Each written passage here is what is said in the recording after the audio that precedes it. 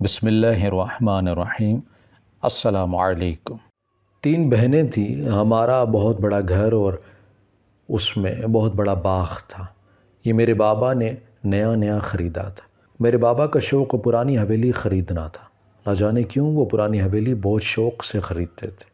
میری امی اور ہم تینوں بہنیں نماز کی پابند تھیں، لیکن میری امی کے ساتھ ابو اتنی پابندی سے نماز نہیں پڑھتے تھے۔ ہم نے انہیں صرف جمعہ یا عید کی نماز پڑھتے دیکھا تھا۔ البتہ میری امی اور میری بڑی بہن نماز کے ساتھ قرآن پاک اور وظائف بہت شوق سے پڑھا کرتی تھی۔ ان کا زیادہ تر وقت عبادت میں ہی گزرا کرتا تھا۔ جنوں، بھوتوں اور چڑیلوں کی کہانیاں پڑھنا اور مووی دیکھنا ہم تینوں بہنوں کا پسندیدہ مشغلہ تھا، کیونکہ ہمارا واسطہ کبھی بھی جن بھوت وغیرہ سے نہیں پڑا تھا، اس لیے ہم نے اسے کھیل بنا لیا تھا۔ ہمارے بابا جب پرانی حویلی یا مکان خریدتے تو ہم جب اس میں شفٹ ہوتے تو جن بھوت کا خوب شور کرتے کہ یہاں جن ہے، وہاں چڑیل تھی، وغیرہ وغیرہ۔ اس کھیل میں ہم تینوں جوان ہو گئے۔ خوبصورتی ہمیں ورثے میں ملی تھی۔ اس مرتبہ بابا نے جو حویلی خریدی وہ بڑی خوبصورت تھی اور اس میں بڑا سا باغ دیکھ کر ہم تینوں خوش ہو گئے۔ میرا نام ناز ہے، میری چھوٹی بہن صبا، پھر سب سے آخری ہبا ہے۔ جب ہم حویلی پہنچے تو بھاگ کر کمرے دیکھ کر اپنے لیے پسند کر رہے تھے۔ میں نے جو کمرہ پسند کیا وہ بہت بڑا تھا اور اس کی کھڑکی باغ کی طرف نکلی تھی، مگر باغ بے ترتیب پڑا ہوا تھا۔ درختوں کی شاخیں دور دور تک پھیلی ہوئی تھی۔ ایک درخت کی شاخ تو میرے ٹیرس تک پہنچ رہی تھی۔ جب میں نے ٹیرس میں کھڑے ہو کر باغ کا جائزہ لینا شروع کیا، باغ میں آم، امرود، انار، کنو، ناریل، ہر قسم کا درخت تھا۔ میں ہنسنے لگی، یہ تو پورا فروٹ منڈی ہے۔ جس درخت کی شاخ میرے ٹیرس سے آ رہی تھی اس میں جا بجا انار لگے ہوئے تھے۔ میں نے ہاتھ بڑھا کر ایک انار توڑا اور کھانے لگی۔ وہ بے حد میٹھا تھا۔ پھر میری نظر انار کے درخت پر پڑی۔ میں نے ہنستے ہوئے درخت کی شاخ پکڑ کر کہا، آج سے ہم دونوں دوست، مگر ایک شرط پر کہ تم روزانہ مجھے اچھے انار کھلاؤ گے، اوکے؟ مجھے ایسا لگا کہ جیسے واقعی درخت خوش ہو رہا ہو۔ صبح جب میں سو کر اٹھی تو دیکھا میرے بستر کے سائڈ ٹیبل پر انار رکھے ہوئے ہیں۔ میری نظر بے ساختہ درخت پر پڑ گئی، کیونکہ کھڑکی میں سے بھی وہ درخت نظر آتا تھا۔ ایسا لگا کہ صبح بخیر کہہ رہا ہے۔ میں نے بے ساختہ اسے دیکھ کر گڈ مارننگ کہا اور خوشی سے انار کھایا۔ یہ نہیں سوچا کہ درخت سے ٹوٹ کر یہ انار میرے بستر کے سائڈ ٹیبل پر کیسے آیا۔ میں جب نیچے پہنچی تو صبا بولی، یار ناز باجی، مجھے پوری رات نیند نہیں آئی، عجیب طرح کے خواب دیکھتی رہی ہوں، جیسے ہماری حویلی کے نیچے کوئی تہہ خانہ ہے، وہاں کوئی کالی کا مندر ہے اور وہاں انسان کی بلی چڑھائی جاتی ہے۔ میں نے کہا، بس ذرا سنبھل کے یہ ڈراؤنی مووی دیکھنا بند کر دو۔ یہ سب اس کا فطور ہے، جس گھر میں بھی تم جاتی ہو تم بھوت دیکھنا شروع کر دیتی ہو۔ مگر باجی، میں ساری رات جاگتی رہی ہوں، میرے کمرے کے باتھ روم سے پانی گرنے کی آواز آتی رہی ہے۔ جب میں باتھ روم کا دروازہ کھول کر دیکھتی تو کوئی آواز نہیں آتی، لیکن جیسے ہی میں بستر پہ لیٹتی تو پانی گرنے کی آواز دوبارہ آنے لگتی۔ آخر میں جب مجھے غصے میں آ گئی تو میں نے کہا کہ کون ہے، اور جیسے ہی باتھ روم کا دروازہ کھولا تو یہ میں دیکھ کر حیران ہو گئی کہ باتھ روم کے نل کھلے ہوئے تھے۔ پھر جیسے ہی میں بند کر کے آگے بڑھی تو نل خود بخود دوبارہ کھل گئے، اور ایسا ہو گیا کہ دوبارہ کبھی کھلے ہی نہیں تھے۔ واہ، بہت خوبصورت کہانی ہے، بند کرو اپنی یہ بکواس۔ نل بند تھے، دوبارہ کھل گئے۔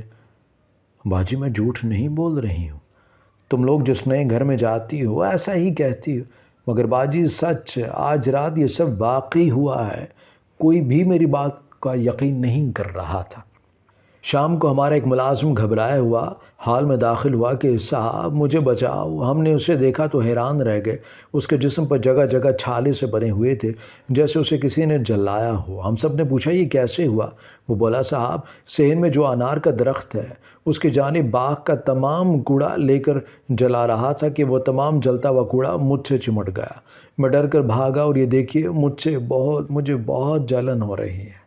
بابا نے فوراً ڈاکٹر کو فون کیا۔ وہ آیا اور اس نے جب ملازم کے جسم پر دیکھا تو کچھ بھی نہیں تھا۔ ڈاکٹر بولا، اسے تو کچھ بھی نہیں ہوا، یہ تو بالکل ٹھیک ہے۔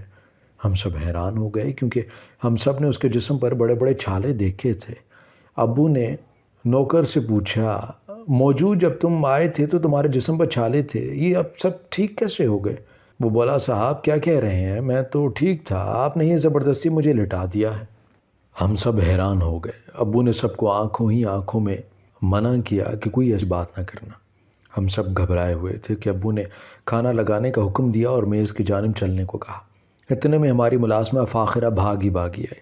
صاحب کچن میں پتہ نہیں کہاں سے اتنا کوڑا آ گیا ہے، سمجھ نہیں آ رہا ہے۔ ہم سب بھاگم بھاگ کچن میں گئے تو یہ دیکھ کر حیران رہ گئے کہ انار، آم، کیلے، کنو کے چھلکے کچن میں بکھرے پڑے تھے، ایسے جیسے 100-200 افراد نے مل کر پھل کھائے ہیں۔ ابو نے فوراً ہم تینوں بہنوں کو کمرے سے نکالا اور ہال میں آئے اور ملازم کو صفائی کرنے کا کہا۔ جب ملازم صفائی کرنے کچن میں گیا تو فوراً واپس آ گیا کہ صاحب کچن تو بالکل صاف ہے، وہاں تو کوئی کوڑا نہیں ہے۔ ہم سب حیران تھے کہ آخر کیا تماشا ہو رہا ہے۔ امی بولی، میں نے کہا تھا نا پہلے قرآن خوانی کرواؤ، پھر ہم نئی حویلی میں چلیں گے۔ میں صبح سب سے پہلے قرآن خوانی کرواؤں گی۔ ابھی ان کی بات ختم ہی ہوئی تھی کہ حویلی کے دروازے، کھڑکیاں خود بخود بند ہونا شروع ہو گئے۔ اب واقعی خوف سے ہم سب کا برا حال تھا۔ امی نے فوراً پن سورہ اٹھایا اور بولیں کہ یہ پانی کی بوتل پڑی ہے، تمام لوگ اس پانی سے کلی کریں اور یہ پن سورہ پڑھنا شروع ہو جائیں، خدا کے کلام میں بہت برکت ہے۔ جیسے ہی ہم سب نے پانی کی بوتل کی جانب ہاتھ بڑھایا تو پانی کی بوتل اڑ کر چھت پر چپک گئی۔ امی نے فوراً پن سورہ پڑھنا شروع کر دیا۔ امی کی آواز کے ساتھ پتہ نہیں کہاں سے اتنا شور اٹھا، جیسے بہت سارے کتے بھونک رہے ہوں یا آپس میں لڑ رہے ہوں۔ ہم سب کو بھی جو قرآنی آیات زبانی یاد تھی وہ پڑھنے لگے تو گھر کے دروازے اور کھڑکیاں کھلنا شروع ہو گئی۔ ابو نے ہم سب کو گاڑی میں بیٹھنے کو کہا۔ ہم سب باہر کی جانب بھاگے مگر باہر آندھی جیسی ہوا چل رہی تھی۔ امی جان نے چیخ کر کہا کہ قرآنی آیات کو پڑھتے رہو، زبان کو مت روکو۔ ہم سب نے آیت اور کرسی پڑھتے ہوئے گاڑی کی طرف قدم بڑھایا۔ باہر چوکیدار، ڈرائیور، مالی سب حیران و پریشان کھڑے تھے کہ باہر تو کہیں ہوا نہیں چل رہی مگر حویلی کے اندر اتنی تیز آندھی کہاں سے آ رہی ہے۔ آخر ہم حفاظت سے نکل کر اپنے پرانے گھر پہنچ گئے مگر سب گھبرائے ہوئے تھے، ڈر کے مارے کوئی بھی حال سے اپنے کمروں میں نہیں جا رہا تھا۔ آخر ابو نے کہا، اب ہم سب حفاظت میں ہیں، تم سب اپنے کمرے میں جا کر آرام کرو۔ تو سب لوگ ڈرتے ڈرتے اپنے کمروں کی جانب چلے گئے۔ ہم تینوں بہنیں زندگی میں پہلی مرتبہ ایک ہی کمرے میں سوئیں۔ صبح ابو نے کہا، میں کسی مولوی کو لے کر اس گھر میں جاتا ہوں، اس سے پوچھتا ہوں کہ آخر کیا مسئلہ ہے، مجھے حویلی سے خاص سامان کو بھی لے کر آنا ہے، میرا لیپ ٹاپ، بینک اکاؤنٹ، موبائل سب وہاں ہے۔ امی بولی، سنیے، آپ وہاں اکیلے نہیں جائیے گا، میں بھی آپ کے ساتھ چلوں گی، آپ مولوی صاحب کو بلا لیں۔ بابا راضی ہو گئے اور سب حویلی کے لیے روانہ ہو گئے۔ حویلی میں جب داخل ہوئے، امی اور مولوی صاحب قرآن کی آیات زور زور سے پڑھ رہے تھے۔ ابو اپنے نوکر، ڈرائیور سب کو لے کر کمرے میں داخل ہوئے۔ جیسے ہی وہ اندر گئے، کمرے کا دروازہ خود بخود بند ہو گیا۔ وہ اندر سے چیخ رہے تھے، دروازہ کھولو۔ امی نے باہر سے طرح کی کوشش کر لی مگر دروازہ نہیں کھولا۔ صبح سے دوپہر ہو گئی۔ مولوی صاحب بولے، خاتون، اب ہمیں یہاں سے چلنا چاہیے، کسی کو مدد کے لیے لے کر آتے ہیں۔ امی بولی، نہیں میں نہیں جاؤں گی، ان کے بغیر آپ جا کر کسی کو مدد کے لیے لے آئیے۔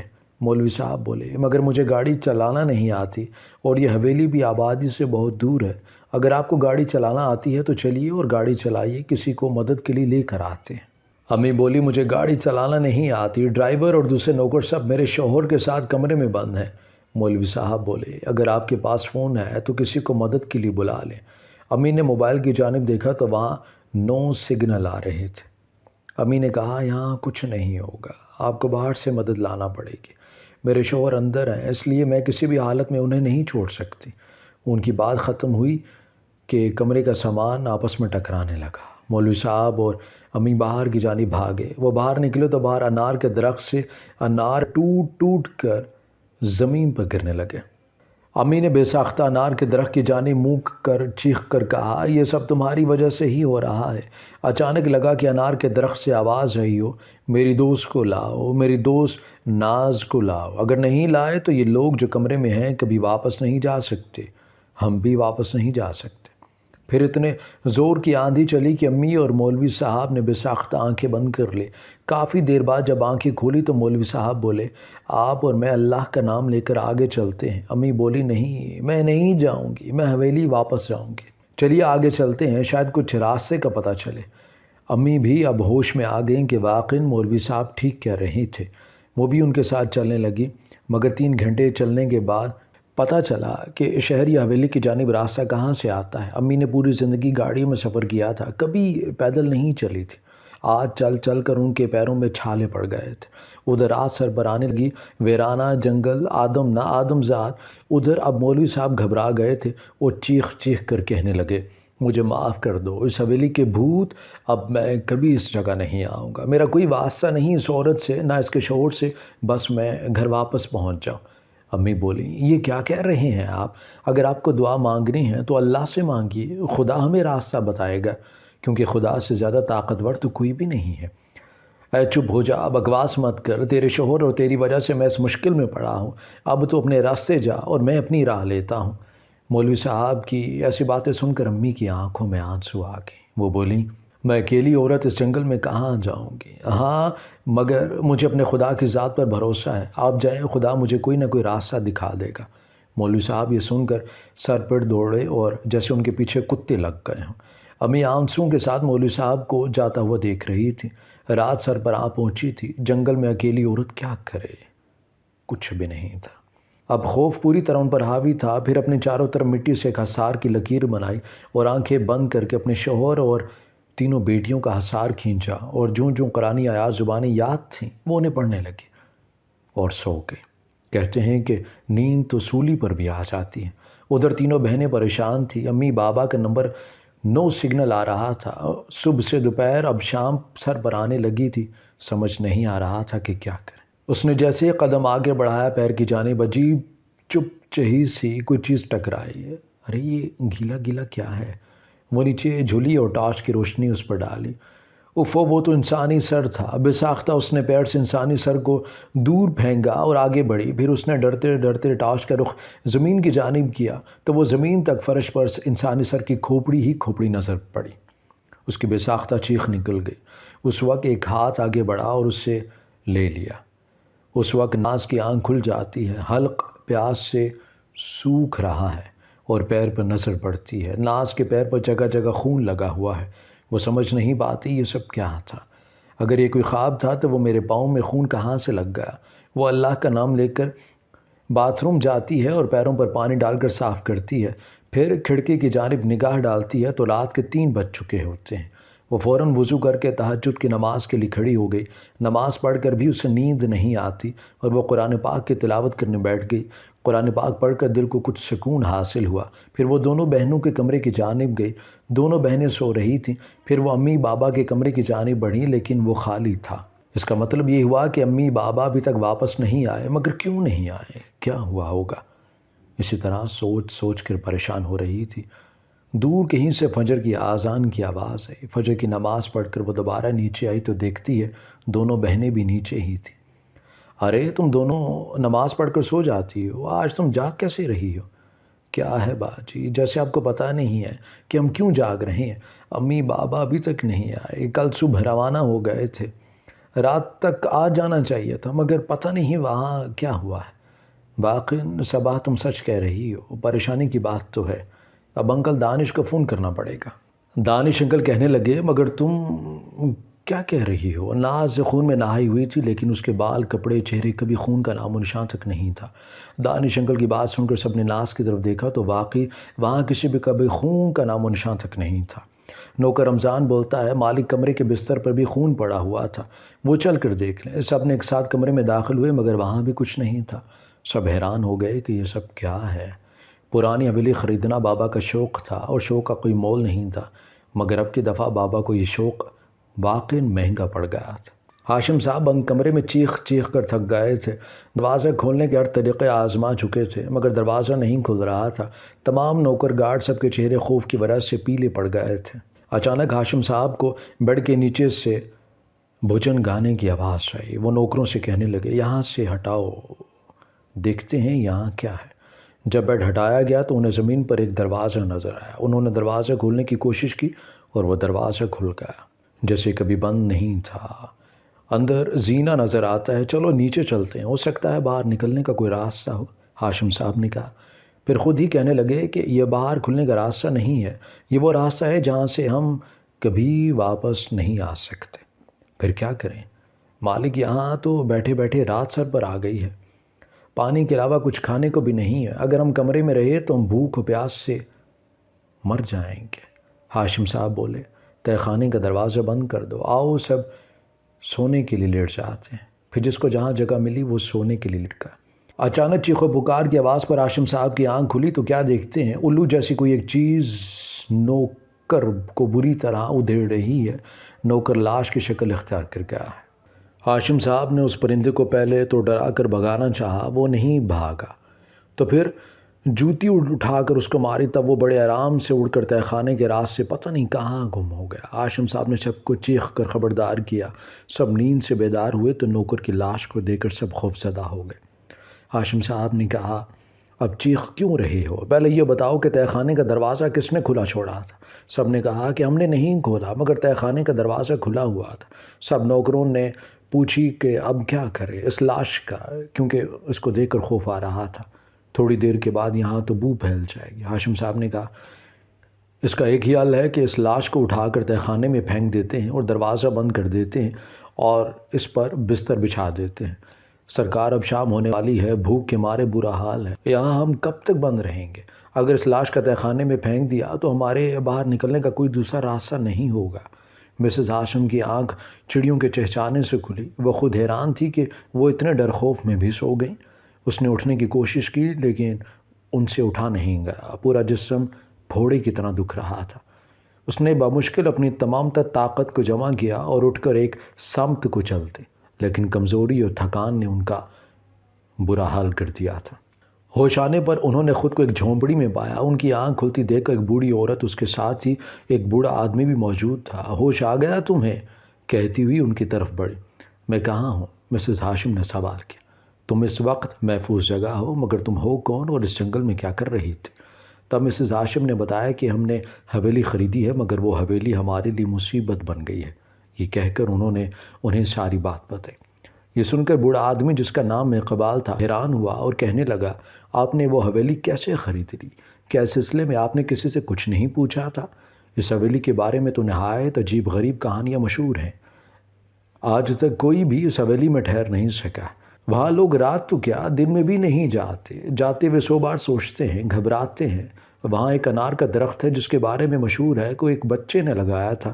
پہلے اس حویلی کی جگہ خالی زمین تھی، وہ بچہ اس ننھے پودے کا بہت خیال رکھا کرتا تھا، کوئی جانور آ کر اسے برباد نہ کر دے، اس لیے وہ دن رات حفاظت کے لیے اس کے پاس موجود رہتا، حتیٰ کہ سو بھی جاتا تھا۔ رفتہ رفتہ وہ پورا اتنا درخت بن گیا کہ علاقے کے تمام لوگ ہی بچے کو اس محبت سے تمام لوگ ہی واقف تھے۔ پھر رفتہ رفتہ آبادی بڑھنے لگی اور اس جگہ پر ایک حویلی کی تعمیر ہونے لگی جو ایک ہندو خاندان کی ملکیت تھا۔ وہ انار کا درخت بھی حویلی کی حدود میں آ گیا۔ وہ بچہ جس کا نام احمد تھا اس بات پر بہت رو پڑا تھا۔ وہ درخت اب پھل دینے لگا تھا۔ اس درخت سے جدائی کے نتیجے میں احمد کی طبیعت شدید خراب ہو گئی۔ نیم بے ہوشی میں بھی وہ میرا دوست انار کا درخت پکارتا رہا۔ اسی عالم میں وہ ایک روز حویلی پہنچا جہاں حویلی کے باہر پہرے داروں نے اسے اندر نہیں داخل ہونے دیا۔ آخرکار وہ موقع دیکھ کر حویلی کی دیوار چڑھ گیا اور انار کے درخت تک پہنچنے کی کوشش کی لیکن نیچے گر گیا، جس کے نتیجے میں اس کا سر انار کی طرح کھل گیا اور وہ خون ہر جگہ بکھر گیا۔ تب سبھی نے دیکھا کہ اس درخت پر جتنے بھی انار لگے تھے ان سب سے انار کا رس بہنے لگا۔ شاید انار کا درخت بھی اپنے ننھے دوست کی جدائی میں رو رہا تھا۔ حویلی کے صحن میں اس وقت لگ رہا تھا کہ گویا خون کی ندی بہہ رہی ہو۔ بس اس دن کے بعد اس ہندو خاندان کی تباہی کے دن شروع ہو گئے۔ اس حویلی میں یکے بعد دیگر عجیب و غریب طریقے سے اموات ہونے لگی۔ ان کے خاندان کے سربراہ کی لاش تو حویلی میں بنے تہہ خانے سے برآمد ہوئی جبکہ وہ دوسرے شہر گیا ہوا تھا، اس لیے اس کی غیر حاضری کو گھر میں کسی نے محسوس نہیں کیا۔ وہ تو جب حویلی میں تہہ خانے سے بدبو آنے لگی اور جا کر دیکھا گیا تو اس کی لاش وہاں گل سڑ رہی تھی۔ اسی طرح اس کی بہو باورچی خانے کا دروازہ بند ہو گیا جو لاکھ کوشش کے باوجود نہ کھل سکا۔ پھر سب نے کھڑکی سے دیکھا کہ وہاں خود بخود آگ لگ گئی ہے اور وہ عورت سب کے سامنے زندہ جل گئی ہے۔ یہ تمام کہانی ان بزرگ نے مسز ہاشم کو سنائی۔ بیگم ہاشم جب ان بزرگ کو لے کر حویلی پہنچی تو ناز، صبا اور ہبا دانش انکل کے ساتھ وہاں پہلے سے ہی موجود تھے، جنہیں دیکھ کر مسز ہاشم کا دل مزید مضبوط ہو گیا تھا۔ امی آپ کو تو حویلی میں ہونا چاہیے تھا۔ بیٹی یہ سب بات کی باتیں ہیں، یہ بزرگ اس مشکل کو حل کرنے میں ہماری مدد کریں گے۔ آپ سب کو آیت الکرسی آتی ہے تو اسے پڑھ کر اپنے گرد حصار باندھ لیجئے۔ آیت الکرسی میں بڑی طاقت ہے، یہ آپ کو ہر بلا اور مصیبت سے محفوظ رکھتی ہے۔ شرط یہ ہے کہ ہمارا ایمان اور عقیدہ مضبوط ہو۔ یہ کہہ کر بزرگ نے کچھ پڑھنا شروع کر دیا اور سب ان کے پیچھے حویلی میں داخل ہو گئے۔ اندر داخل ہوتے ہی سامنے کھڑے انار کا درخت یوں لگا جیسے انہیں دیکھ کر مسکرا رہا ہو۔ السلام علیکم۔ بزرگ نے اس انار کے درخت کو دیکھ کر سلام کیا اور پھر سب نے اپنے کانوں سے وعلیکم السلام کی آواز سنی۔ کیسے ہیں حضرت؟ کیوں زحمت کی آپ نے آنے کی؟ انار کے درخت نے سوال کیا اور وہ سب کے سب حیرانگی سے یہ گفتگو سن رہے تھے۔ یہ اس حویلی کے جائز مالک ہیں اور آپ لوگوں کی وجہ سے بہت پریشان ہیں۔ یہ رحمان کے بندے نمازی پرہیزگار لوگ ہیں، لہٰذا میں چاہتا ہوں آپ لوگوں کے جھگڑے میں یہ پریشان نہ ہوں، اس لیے یہاں سے آپ کو جانا ہوگا۔ یا حضرت، اس انار کے درخت پر ہم جنوں کا قبیلہ برسوں سے موجود ہے۔ اس حویلی کے مالک کی وجہ سے وہ معصوم بچہ اپنی جان سے ہاتھ دھو بیٹھا، اور دوسرا وہ ہندو کالی کاسویک تھا جو اپنے گندے عالم کے ذریعے یہاں روحوں کو قید کرنا چاہتا تھا۔ یہ ہم سے برداشت نہیں ہوا۔ یہ لوگ جو آپ کے ساتھ موجود ہیں محض اسی وجہ سے محفوظ رہے کہ اس بچے نے ہماری طرف دوستی کا ہاتھ بڑھایا، اس لیے ہم ان کی حفاظت کرتے رہے، ورنہ یہ بھی ان بدروحوں کی نظر ہو جاتے۔ اب ہم اور آپ اپنی روحانی طاقت سے ان ارواح و خبیثہ سے اس حویلی کو پاک کرنے کی کوشش کرتے ہیں۔ مجھے یہیں بیٹھ کر پڑھائی کرنی ہوگی، براہ کرم آپ سب لوگ مجھ سے دور کھڑے رہیں۔ ان بزرگ نے پیچھے مڑ کر لوگوں سے مخاطب ہو کر کہا اور خود وہیں درخت کے نیچے بیٹھ کر پڑھنا شروع ہو گئے۔ کچھ ہی دیر میں لگا کہ جیسے حویلی میں زلزلہ آ گیا۔ اچانک ہی کالی دیوی کی تابوت اڑتی آیا اور زمین پر خوفناک آواز کے ساتھ گر کر ٹوٹ گیا۔ حویلی کے در و دیوار بری طرح لرز رہے تھے۔ ایک دم ہی ایک کالا سا آدمی ان بزرگ کے سامنے آ کھڑا ہوا جس کے سارے جسم کو آگ لگی ہوئی تھی اور وہ بری طرح چیخ رہا تھا، مجھے معاف کر دے، میں اب کبھی رحمان کے بندوں کو تنگ نہیں کروں گا، میں یہاں سے چلا جاؤں گا، مجھے یہاں سے جانے دیں۔ آگ کے لپٹے اس کالے بجنگ آدمی کو بھسم کیے دے رہی تھی۔ بزرگ نے کچھ پڑھتے ہی آسمان کی طرف سر اٹھایا اور آسمان سے بغیر بادلوں کی بارش شروع ہو گئی، لیکن وہ بارش صرف اس کالے بجنگ شخص پر ہی ہو رہی تھی اور کچھ ہی دیر بعد سب کچھ معمول کے مطابق ہو گیا، لیکن فضا میں گوشت جلنے کی بو اور صحن میں راکھ کی ڈھیر موجود تھی۔ ناز یہ پروفیسر ہاشم تھے جو بیٹیوں اور بیوی کو دیکھ کر دیوانہ وار بھاگتے ہوئے ان کی جانب آ رہے تھے۔ بہت شکریہ بابا جی، باقی رحمانی طاقتوں کا شیطانی طاقتیں کچھ نہیں بگاڑ سکتی۔ بیگم ہاشم نے پروفیسر ہاشم کو اپنے درمیان صحیح سلامت پا کر مسرت سے کہا اور پروفیسر ہاشم بھی ایک خواب کسی کیفیت میں یہ ساری داستان سن رہے تھے۔ ہماری ویڈیو اگر آپ کو پسند آئی ہے تو ضرور لائک کیجیے، اپنی رائے دینا چاہیں تو کمنٹس کیجیے، اچھی لگے تو شیئر کیجیے۔ اس کے ساتھ ساتھ اگر آپ نے ہمارا چینل سبسکرائب نہیں کیا تو ضرور کیجیے اور بیل آئیکن پر لازمی کلک کیجیے تاکہ ہماری ہر آنے والی ویڈیو آپ تک بر وقت پہنچ سکے۔